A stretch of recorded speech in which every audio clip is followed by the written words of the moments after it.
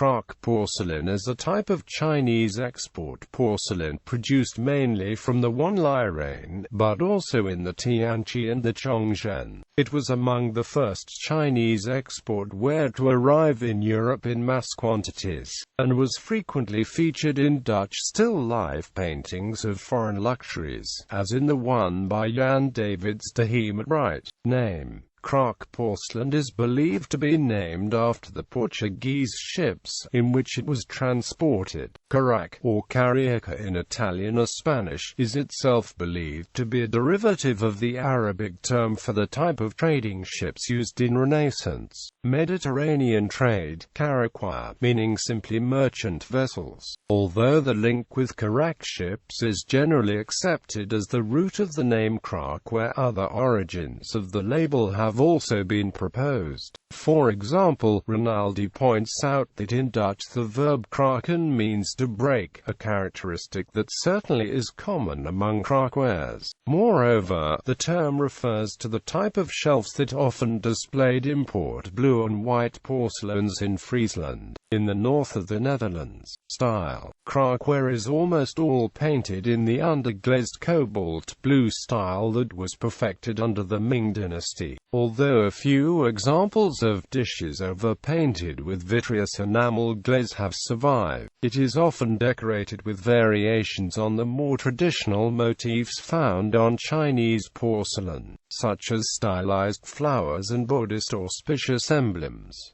However, most characteristic of Kraak decoration is the use of foliated radial panels. In other words, the surface of the porcelain is divided into segments, each containing its own discrete image. Shapes included dishes, bowls, and vases. Kraakware bowls fall into roughly two types. The first is a deep, unrimmed Chinese-style bowl, taking roughly the same shape as the king enameled cup.